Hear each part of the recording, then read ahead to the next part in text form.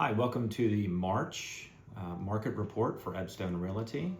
What we normally do every month is we talk about one tip, one trend, and one insight.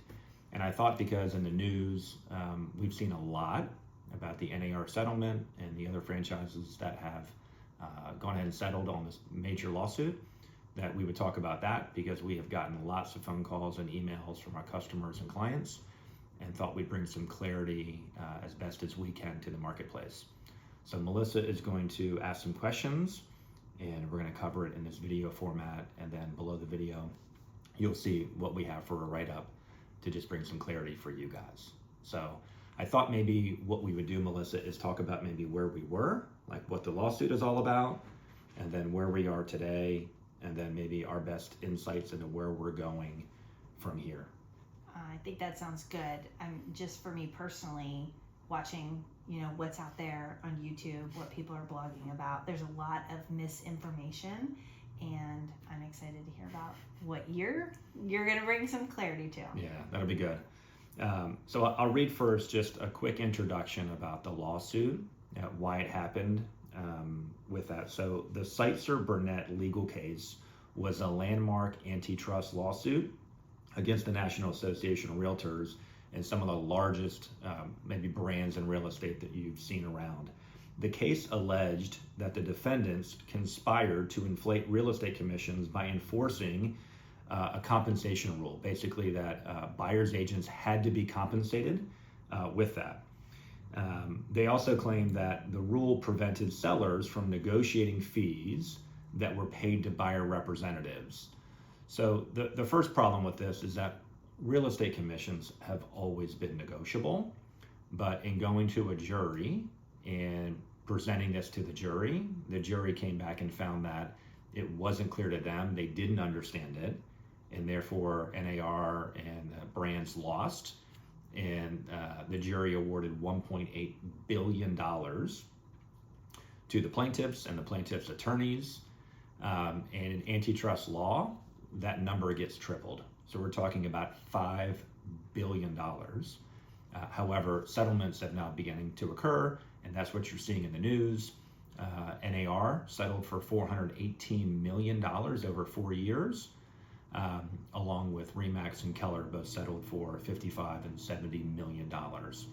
So that's really what that's all about. I think that the understanding about commissions and how they are reached has always been negotiable as far as we as realtors are concerned, but the buying and selling public didn't see it that way.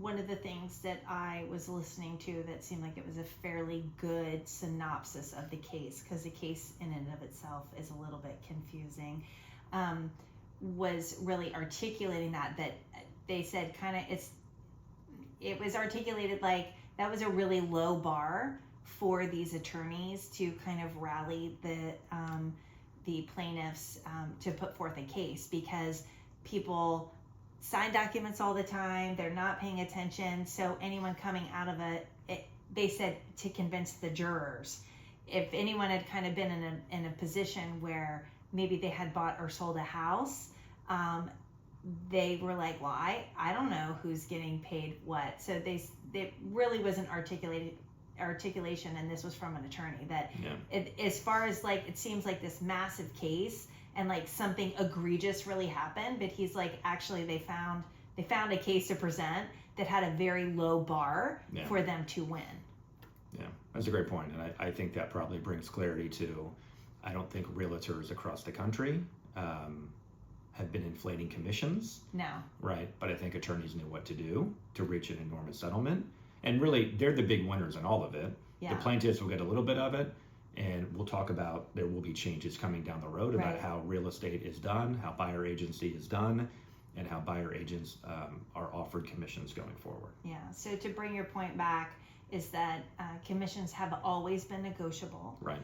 And within that negotiability, it does address what the seller's agent would get, what a buyer's agent would get, all these little facets. So it's all always been negotiable, but some people presented things maybe in a light that wasn't the best, and that's not your 25-year in the business professional. Right. This is kind of a fly-by-night and taking advantage of the industry. So Right, good point.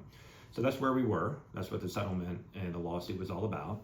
So where we are today. So where we are today is that real estate, how we do commissions and how we do buyer brokers are going to change, right? I think that you're seeing a lot of potential sellers, potential buyers, people who have bought and sold over the years, just really confused because I think the media has really taken the headlines and created a lot of clickbait, probably more confusion than clarity with that, which causes people to have to be glued to the media to understand and decipher stuff. So what we want to do is maybe take where we are and bring clarity to it, and then point forward to maybe where we see things going. So again, real estate commissions have always been negotiable. Real estate agents who are very good at what they do are always presenting value to their clients. And I think we serve a very important role in helping the homeownership dream come about, and helping people buy and sell and getting to know markets and things like that. So that's not going to change. None of that's going to change. So I think going forward though, the settlement, so I have not read the entire thing, nor do I plan on reading 108 pages of a legal conclusion of the settlement. But I was pointed by an attorney to about 12 pages, and the 12 pages kind of boiled down to, I would say, 2 highlights that I saw. Okay. Number one, the commission rate being offered a buyer's agent will no longer be in the multiple listing service. So currently today, when we take out buyers, we're very transparent about it. We have a printout sheet of the information about the property, square footage, size, age, whatever, and then on that sheet is the commission being offered the buyer's agent.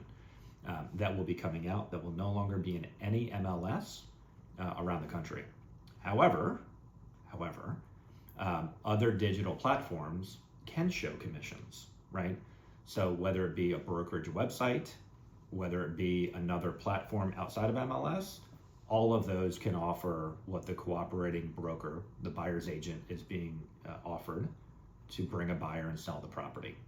So number one, no more MLS commission offerings going forward. The second thing is, if you're representing a buyer, you have to have them under a buyer broker agreement, and the buyer broker agreement has to spell out the compensation very clearly about how the buyer agent is being paid. So 2 changes. MLS is removing the buyer agent commission, and then the second thing is, when you're working with a buyer, you can have a buyer broker agreement, which to me I like, because we came from a marketplace, Melissa, in DC, where we couldn't show property unless they knew who represented who, and we put people under buyer broker agreements, and that was part of our communication. And other parts around the country, this is how they've always operated. And I think this is where this, what's being taken and kind of like, as you said, like clickbait, what you view some people posting information about, and how this is really drilling down. It's much less of that kind of a case, and it's much more of a detailed practitioner, like in our industry, like where that's going, what changes will have to happen. So a couple things is MLS is our multiple listing service. Right. So we have a syndicated service where this is where everybody puts the properties. That's how all of the people in the industry know what is for sale, what are all the terms, what are the details, and then that is basically broadcast onto some of these search engines that people are on, Realtor.com, Zillow, things like that. So basically, that's how agents know pricing, disclosures on the property, and again, like you said, the way we practice when we serve our clients is we give them the printout, like they're privy to everything, so they kind of know what the commission structure is. And then that second point, so that change of it not being advertised in there, but you still are going to communicate. So the communication, how that gets communicated out will change, and that, like we said, you're going to address like, where do you think we're going in the future? How is that going to play out, that you know that? It's not going to be that buyer agents aren't compensated. That is not going to be the change. It's going to be how it is advertised and communicated. And then the second point is like you said, we came from another market area. So for our, anyone watching this that's dealing with Florida, that has to do a lot with what we call agency, how you represent clients, how they get compensated. And we came from a market where you either represented the seller or you represented the buyer. So that was all spelled out. You communicated, because really how that gets fleshed out is someone's like, well, how do you get paid? That's the kind of questions that the consumer asks. And then that's how you explain that. So that's really great. And so for us, we're like, we've been there, we've done that. Right. And it's a great way to practice real estate, because you never want anyone to feel like they're unclear, right? We want everyone to feel like they're clear, they're confident, they know how they're moving forward. So I love that. So I think a couple maybe myth understandings that are taking place is that, well, what if the seller doesn't offer buyer agent commission? How would that even work? Is the buyer on the hook to pay this commission, whatever that number may be? And I think that you're going to find the market adjusting to this. So it could be placed back into the deal through closing costs, or a seller credit to the buyer to cover that. I know from our standpoint, when we work with buyers, like, we put their best interests first, right? And it's not about how much we're making; it's about helping their dreams come true, and about helping them reach their milestone in their real estate search, whether it be their first home or their 10th home. So we've always worked with our clients, going back to the negotiation rate of commission. We've always worked with them, right? So I don't see that being a problem for us, Eb Stone Realty, and agents who put their clients first. Right. So that's one thing. The second myth understanding, and I happened to hear this recently from the administration, was that somehow home prices were going to come down because potentially a buyer agent was no longer going to be compensated. And I think that is an absolute fallacy. I think that is fake news. I think that the concept that a seller, if they can make money selling their home, they're going to make the most amount of money that they possibly can. That is just how we're naturally bent and how we do things. We wouldn't all of a sudden just reduce the price by whatever that percentage is that they were offering a buyer agent. I think that's crazy talk.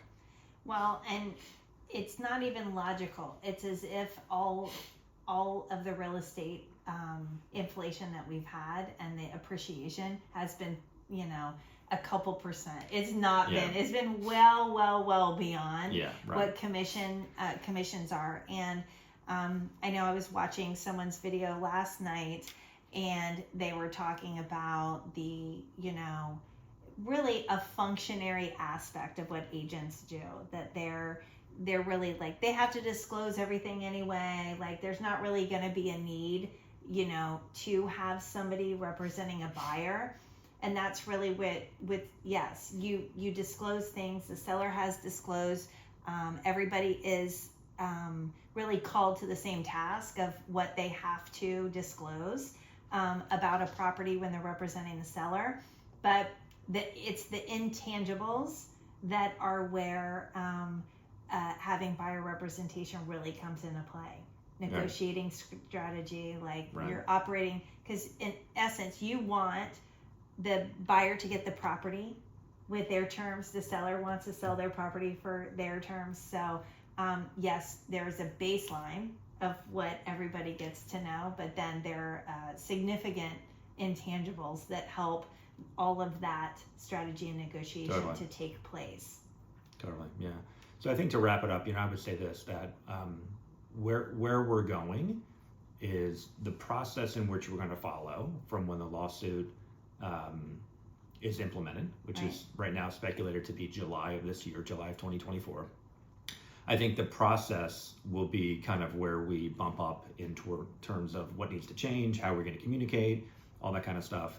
And anytime there's changes in the marketplace, I firmly believe there is a flight to quality, and you want to be working with somebody who knows what they're doing, who is a good, solid negotiator, knows their market, can show their value by a track record. And that's what we've accumulated here as agents at Eb Stone Realty. That is what our business has been founded on, is showing value to our clients. So I think that having a great real estate agent and having a great plan to get where you're going in this process is what we're going to be doing for our clients and our customers. And I think honestly, like, I'm probably more excited this is becoming behind us or starting to get behind us, that this stuff isn't hanging out anymore. And after the media quiets down and after we push through all of this, I think we'll be better as an industry. Yeah. And I think consumers will probably be better off as well. Yes. Sounds good. Okay, so where do you think we might take a step kind of in the future?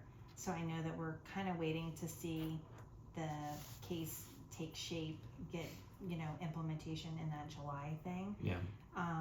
So you think it's going to go to buyer agency agreements, buyer broker agreements, things like that? We're going to see the difference in not seeing commissions advertised in the MLS, but how that gets communicated, us finding out from our NAR and things like that, Right. and our board of realtors communicating to us like, okay, this is how we're all practicing business. These are the kinds of things that we think are going to move forward. Yeah, exactly. I think that there's going to be some technology, some digital solutions to how we are disclosing all this information. I think there's going to be commission and fee sharing arrangements that are created, Okay. so that they're taken more a contractual form, so a buyer can see and a seller can see what does commission look like in this transaction. I mentioned off camera that I think there's going to be multiple conversations with our seller now. I think conversation one's going to be, what are you going to pay me to represent you? The conversation number two is going to be, what are we going to offer a buyer's agent?